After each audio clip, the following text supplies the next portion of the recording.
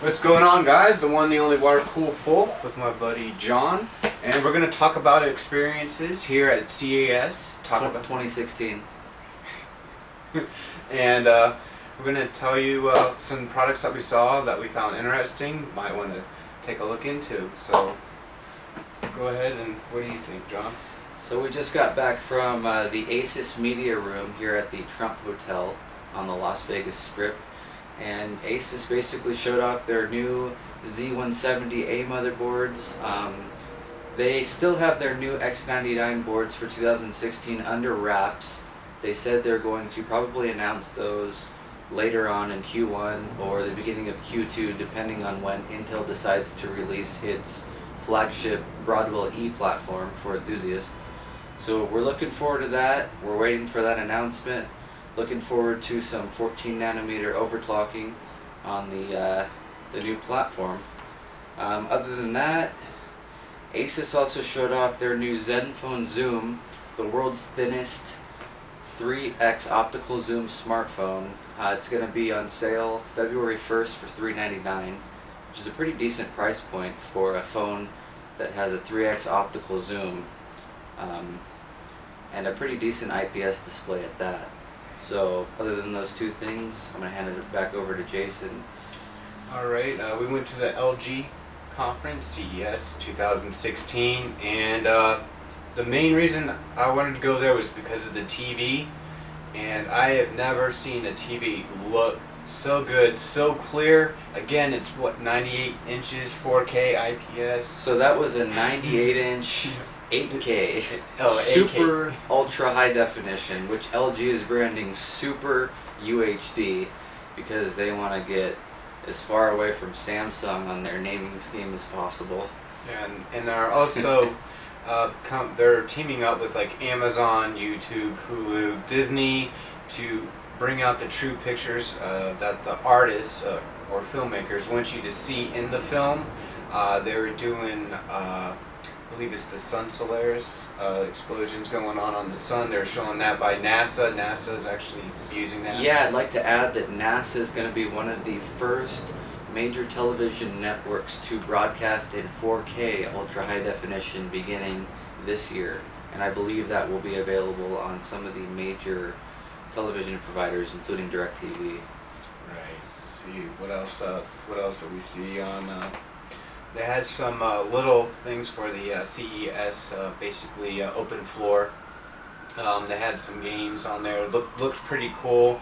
They had one where you can control a robot, and you start at level 1, and later on you can get new armor, which is going to be an aftermarket, purchase and everything, and it would actually change how your robot is versus online players and everything for the robot that you have. They had 3D printers that could basically use 2 strands of ABS plastic to create kind of a color, like it goes red and it slowly goes up to green and yellow, which looked pretty cool.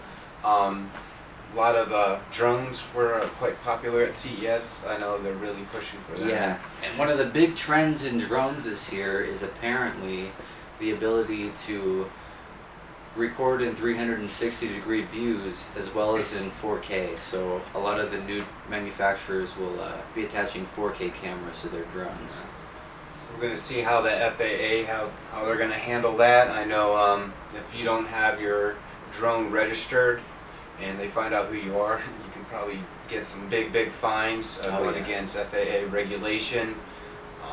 That's for sure, just because you're in space. And I think if you go above X amount of feet in the air, that's when you can get in trouble. I know in some countries they even have it where they have a drone that's way bigger than the small parrot drones that you see, and it drops a net, it captures it, brings it back to their base, and basically they look who owns it. Exactly. And then track it and pretty much get them in trouble. See. Yeah, so later today we're going to check out 2 more keynotes. First on our schedule is the Samsung keynote, and they're expected to show off their new 4K LCD and OLED displays for 2016. And then at 6:30 p.m. we're going to go check out Intel's keynote, and we really hope and expect them to give us some more details on the Broadwell E Enthusiast desktop platform. And it's rumored that a 10-core processor is coming out. As you guys know, I said I kind of wanted to hold off to get the X edition of the X99 processor, and the reason why is because if they come out with a 10-core processor, you know, video editing would be a bliss. If I have those cores and the 32 gigs of RAM I have in my computer, of course overclock the snot out of it. Not just video editing. I mean, if you're a Super Pi enthusiast, expect to get those Super Pi numbers down under, maybe even under 6 minutes on stock frequencies. You never know. And I think it would be kind of cool to set up my computer almost what Linus did with 2 guys, 1 computer. Right. You use the virtualization, because if you have a 10-core processor, you could probably put 3 or 4 VMs on there with no problem. Probably would have to designate a Titan X for each user, so it'd be just 2 users for mine. Right. I'm not going to spend $4,000 Yeah. to have 4 graphics cards. I think 2 Titan X's are good enough. I know Samsung, they were talking about their portable SSD, was it T1 or T3? Their T3. That's coming out. I'm also looking forward to some new M.2 NVMe enabled PCI Express SSDs. That's supposedly going to be a big trend coming into 2016 now that we have the NVMe architecture going forward, because we, for the past 2 years, have had to rely on the old AHCI storage model, and it just wasn't fast enough for our needs, and neither was Serial ATA I Express. think Plexter came out with the first NVMe. They did. Plexter. PCI Express. So Intel was also one of the first as well, and this year we're expecting Toshiba / OCZ to introduce one as well. You know, the more companies that go in and invest in this technology, the better for the consumer. That means better production times, lower, you know, times in video editing, and just getting that information that much quicker out to the public. Say, for example, me on my YouTube channel, or video editing, or any kind of editing in general, the faster that you can have your computer you run, less time you gotta sit and wait until everything to get done. Right. Last but not least, an update on the GPU roadmap from both AMD and NVIDIA. It looks like AMD's new architecture going into 2016 is their 14 nanometer FinFET based Polaris GPU. That'll be coming out in the next few quarters for both desktop and mobile platforms. And then on NVIDIA's lineup, they didn't announce anything at their keynote, but many of us in the tech world already know that the Pascal architecture will be releasing later this year, probably in the second quarter. Actually, it's not too far away. And what we're looking forward to are basically some more specifications on exactly what they intend to do with their new high bandwidth memory 2 controller. Yeah, I know for Pascal, it's I don't know if a lot of people would want to buy it, but price point. Also, what is Pascal going to be really designated for? Are you talking about Tesla, you know, using that Pascal architecture to use it for their Tesla cards? Right. Or do the 16 gigs of memory that they were talking about for Pascal? That's all rumors and everything, but 16 gigs, Pascal processor.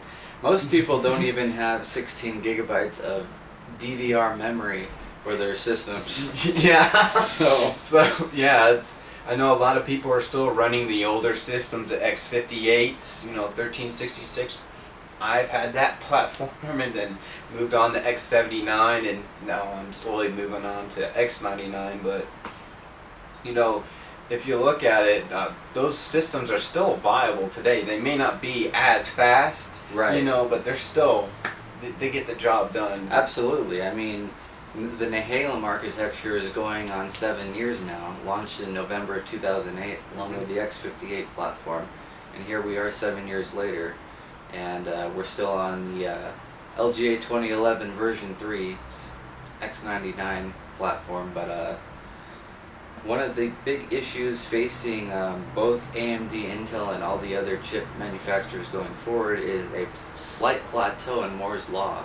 So if you've noticed, for the past 2 years, Intel has released two 14 nanometer process architectures, and going into 2016 they will be releasing a third one. Usually they have a cadence model where they'll do a tick and then a tock architecture refresh, but this time it looks like they're skipping, Yeah. and they're basically going what was it, a talk and then a skip and then another tick. So we're gonna have let's see, Haswell and then Skylake and then Kaby Lake before 2017 comes, and then they'll finally release their 10 nanometer architecture.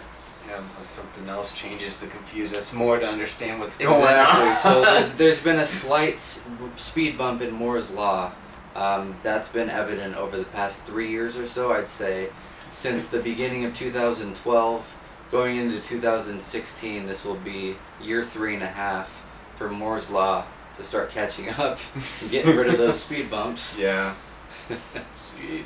Let's see what else. Well, we did saw Asus with the external GPU hooked up to their laptop. Right. That was pretty cool. It's basically an external. You hook up your laptop. You connect your laptop basically to a USB 3.1 Yep. Type-C connector, and it essentially gives your notebook or laptop an external GPU. Yeah. Let's just call it an NVIDIA Pascal or a Radeon R9 or a Radeon Polaris when they decide to release. Right. And you get an additional few gigabytes of DDR4 memory as well for your motherboard. So the notebook we saw running featured 32 gigabytes of DDR4, and I believe it was an AMD Radeon R9 series GPU as well. Right.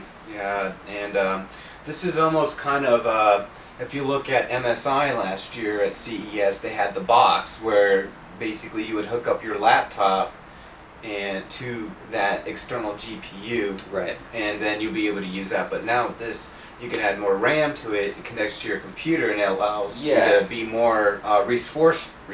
And these modular external peripherals for notebooks aren't new. We've seen these probably since CES 2009, so for the past almost 6 years or so. The only difference now is that they're utilizing a much faster interconnect, that being USB 3.1 Type-C at 10 gigabits per second. Right. Whereas in the past they were mainly limited by the interconnect and would probably max out at about, I'd say like 1 gigabit per second. So we're looking at a tenfold increase just in the throughput and the bandwidth available to these external GPUs. And then we actually saw some old technology by Asus when they're doing the 10-year anniversary. They actually, when we were looking at it, we were trying to figure out what is this. Right. It's like, this is really awesome. What is it? And I looked at the bottom, and it had of the board, and it actually had a PCI Express. Only 3 of them, but apparently head overclockers that wanted to break the limit put more PCI onto their graphics cards for LN2 and etc. What they would do is essentially buy this adapter, and it would fit onto the existing PCI Express on the motherboard. So it was a 5-inch Yeah. PCI It's Express adapter that had 3 additional PCI Express slots, and you would place this on top of your existing motherboard's PCI Express slots, and it would give you more slots. So you could basically expand your motherboard with 3 PCI Express slots to one with 6. Yeah, that was insane. Yeah. And then they had the OC panel that we saw, the little small OC panel where you can control the voltage. Very reminiscent of the EVGA control panel that EVGA used to have for their X58 motherboards back in the day. Yeah. I still have my X58 OC panel in the plastic bin. Yeah, I just sold mine on eBay for $20. Rest in peace, little guy. Alright, what else can you think that you're looking forward to? I think that's about it for now. I'm mainly Yeah. looking forward to those 2 keynotes coming up, Samsung and Intel. Yeah, we'll try to put out a video about those keynotes maybe later on tonight, tomorrow morning. It just depends on our schedule. We've been up Let's not go there. It's been up since midnight, give or take, off and on. Let's not go there. But alright guys, thank you for watching. I really do appreciate the support. And as always, comment, subscribe, rate this video, click that like button, and you guys always have a great day now.